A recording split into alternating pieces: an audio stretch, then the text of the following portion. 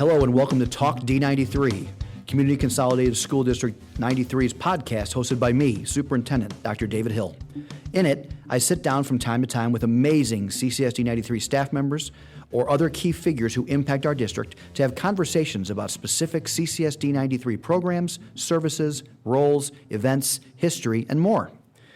Despite the trying circumstances of this school year, it remains our 100th anniversary as a school district, which is cause for celebration. And to help us celebrate, I could not be more excited to welcome today's guest, Dr. Hank Gmitro, who served as CCSD93's third full-time superintendent from 1996 until 2009. Welcome, Dr. Gmitro. Thank you. Hank, thank you so much for being here. Today we'll discuss a bit about CCSD93's history during your tenure as superintendent. The first question I have for you is, can you start by giving us a little background on your education and professional career leading up to your superintendency? Sure, I'd be happy to. But before I do that, I just would like to congratulate everyone in District 93. I just had the opportunity to visit J Stream School and see the work that's been done in the innovation centers and the STEM lab, or the STEM wing, I guess. It's not really a lab. And I was just blown away with the opportunities that those kinds of spaces will provide to the staff and to the students in terms of their learning. And had the opportunity to run into one of the teachers who was here 23 years ago, and I became superintendent, and Ryan commented on the fact that, we had started making technology innovations 20-some years ago and could have never dreamed of the possibilities that now exist for students. So congratulations to everyone on the work that you've accomplished and the kinds of opportunities that you provide to the students who live in District 93. Well, I was certainly proud to be able to show you where we have come in District 93, so thank you for that. It was amazing, and so glad to see that things have continued to improve and grow and change over time, because that's what it's all about for students. In terms of my background, I was a lifelong educator. Started off as a special education teacher for several years, teaching children with learning disabilities and emotional needs at the time that learning disabilities was just becoming a defined field in the state of Illinois. I also taught regular education in 5th grade for a number of years, and both of those experiences were in DeKalb, Illinois, where I went to school at Northern Illinois University. I became a principal in DeKalb for a couple of years, and then moved to a principalship of an elementary school, a K3 building in Glenview, which was a dream job of working with young students and providing them incredible opportunities for literacy and development. And from there, I became an assistant superintendent for instructional services in Palatine. And from there, I moved to District 93 as their superintendent, as a novice superintendent a long time ago now, but spent 13 wonderful years here with an extremely talented staff and a really committed, dedicated Board of Education, supported by a really committed community. So it was a great 13 years. Thank you for sharing that. What did you consider your main objectives during your tenure as superintendent, and how were those accomplished? I think the objective of the superintendent, and really any educational leader, is to get obstacles out of the way and provide the support necessary for the staff, students, and community to work together and provide great learning opportunities for students. And so I always saw my job as superintendent as navigating the external environment for the staff, to provide them with the resources that they needed, and to challenge the obstacles in the political environment or from various constituencies that might get in the way of teachers doing a really outstanding job with students. And Fortunately, District 93 has always been blessed with a really talented, dedicated staff. And so helping them do their best work was always my goal as a superintendent. So one of the things that you're credited with bringing to this district is the philosophy of continuous improvement. So I'm going to retell a little story that I told you in the car. In 2009, I had the opportunity through my doctoral program to visit a district leadership team meeting here in District 93 and watch you deliver what continuous improvement looks like within our school system. I was so fascinated by continuous improvement and what they were doing in District 93, I told myself at that time that I needed to work here. And thankfully, 2 years later, I was hired as the Assistant Superintendent of Business Services in this district, and now, obviously, I'm the superintendent. But a lot of that started with your bringing into the district the Baldrige philosophy and the continuous improvement philosophy. Can you talk a little bit about how you brought that in and some of the benefits that you saw during your tenure as superintendent? Obviously, has led us to things like the J-Stream STEM Lab and other things that we're doing as a district. Sure. A continuous improvement philosophy is really just an organizational excellence kind of approach. And it's really based, Baldrige is a particular model, which I think works really well, but it's based on being really clear about what the expectations are for the organization, in our case, a school district and student learning, and to define those expectations, develop a plan by which you want to implement those expectations over a period of time and all the things that need to happen to make that occur, and then to have a set of agreed upon results that you measure to see whether or not you're making the progress that you want to be making. And so one of the things that I take a small degree of pride in, because it was really the work of others, not me, but setting up a system in which we really improve the educational learning opportunities for students and the academic and learning performance of students. And we measured that carefully over time to say, what is it that we need to be continuing to do because it's working and showing results? What is it that we need to change because it's not working and it's not producing the results that we want?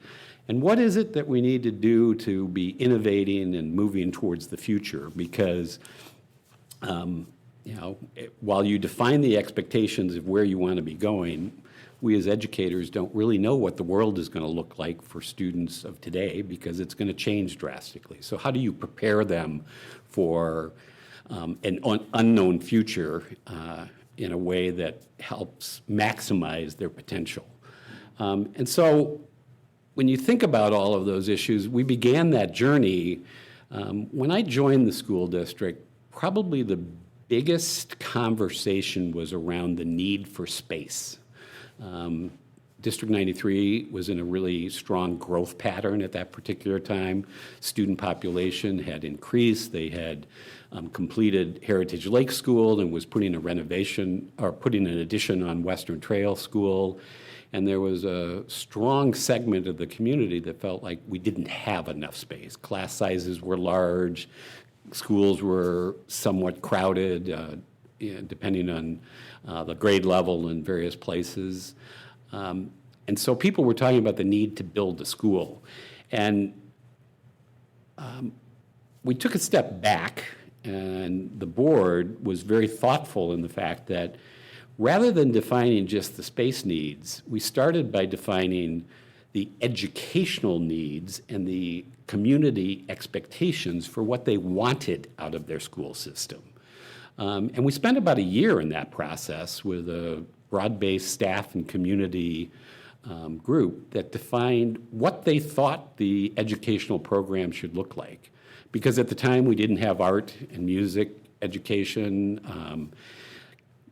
We didn't have much technology in place. It was just emerging at that point in time. And so by defining the expectations that the community had for what they wanted out of their school system and what the staff thought was possible in terms of the kinds of services and programs that were necessary, we then took the next step to say, what kind of educational facilities do we need to implement that kind of program? And as a result of that, we realized we needed to pass a referendum to pay for all of that, to build the schools, but also an operating referendum to have the funds to operate the kind of program that they wanted. And the community supported those efforts in a very strong fashion, and we went about doing the work of really adding Cloverdale School, but renovating all of the schools to bring them up to the standards that we needed for the program that we wanted to offer. And we created a strategic plan to map out how we were going to implement a new instructional program for the next 5 years. And all of that planning and work that took place was based on a continuous improvement philosophy by trying to define where we wanted to go, how we were going to get there, and how we were going to measure our success in that journey. Mm-hmm. Well, the mindset that you have instilled in the district with continuous improvement still exists today, which is evident based on how we renovate innovation centers, how we have brought technology onto a one-to-one platform, how we have built STEM labs.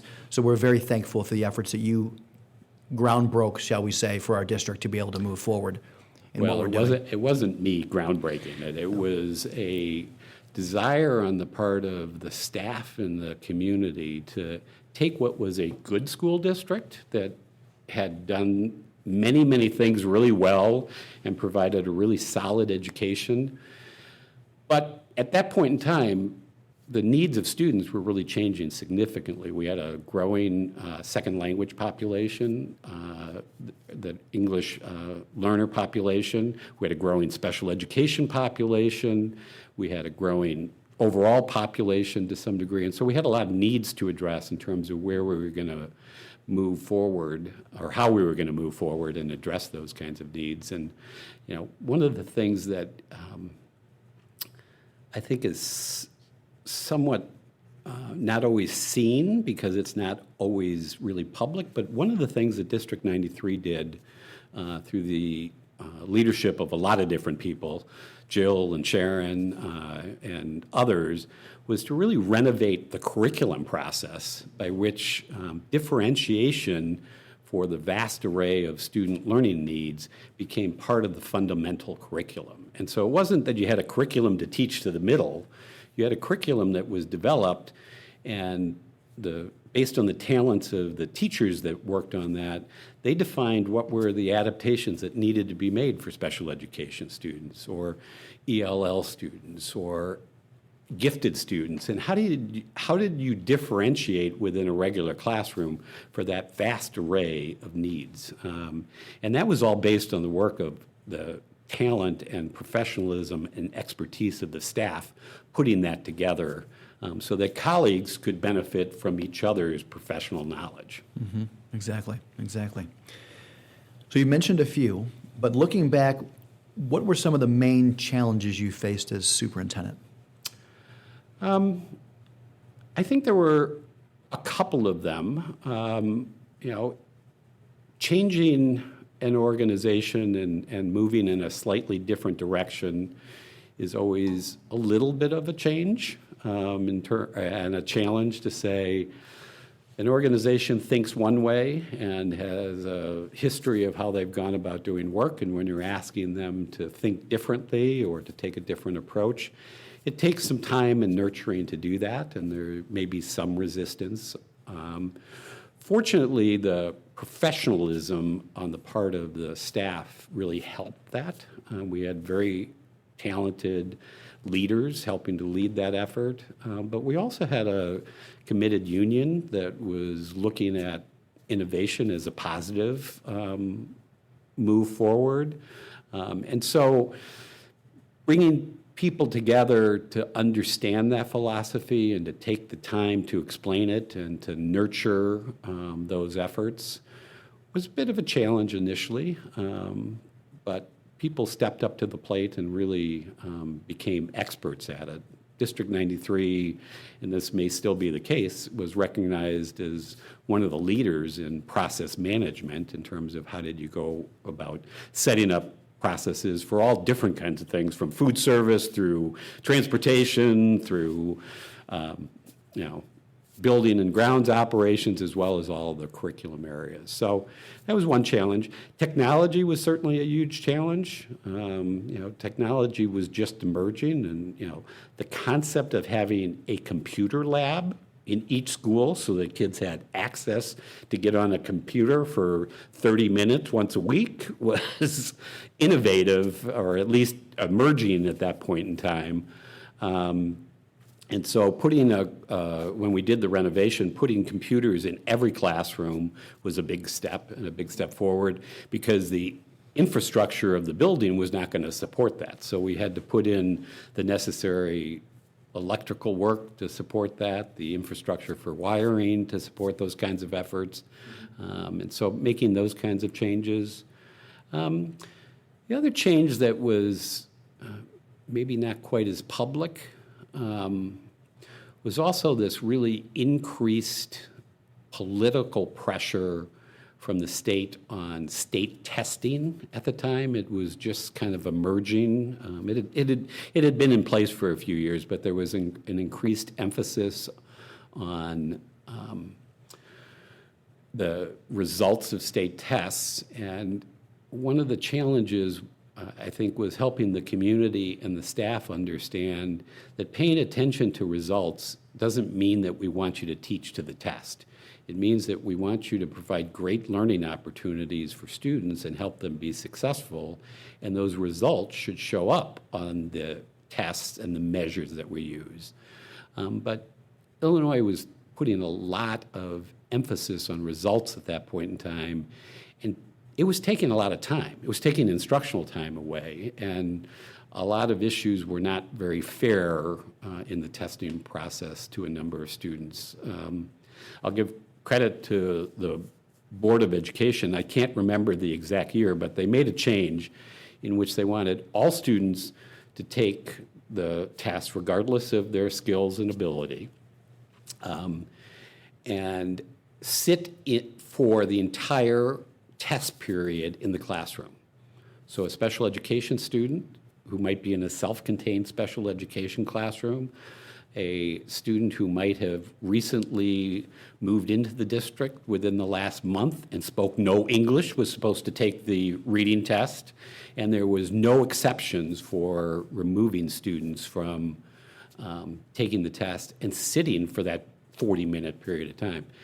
And we talked about this with the board because the staff thought it was exceedingly unfair to a large segment, I shouldn't say a large segment, to a segment of the population of children that just wasn't a healthy environment to put them in. And the board took the stance that they challenged the state to say they were not going to do that. And the state superintendent told us he was going to remove funding if we did not have students sit for that period of time to take those tests. And we got in a rather heated debate over a period of time before the testing week started, and we finally reached a compromise that changed the regulation for the state to say certain students could be excluded after a period of time if it was clear that they could not participate in the test and not have to sit in an environment for 40 minutes doing absolutely nothing. So, those kinds of challenges, and to some degree that's what I mean by removing the obstacles. That was not a battle that teachers needed to fight, but it was a battle that needed to be fought for teachers because they felt it was inappropriate and unprofessional to put children in that kind of environment. But it was a battle that needed to be fought at Springfield, not at the classroom level. Right, certainly for the betterment of students, exactly. Now, you did share a few successes already, but what are some of the other greatest successes of the district during your tenure as superintendent? I think the greatest success is one of the things that I mentioned earlier, and that was the continuous improvement of student learning performance over that period of time.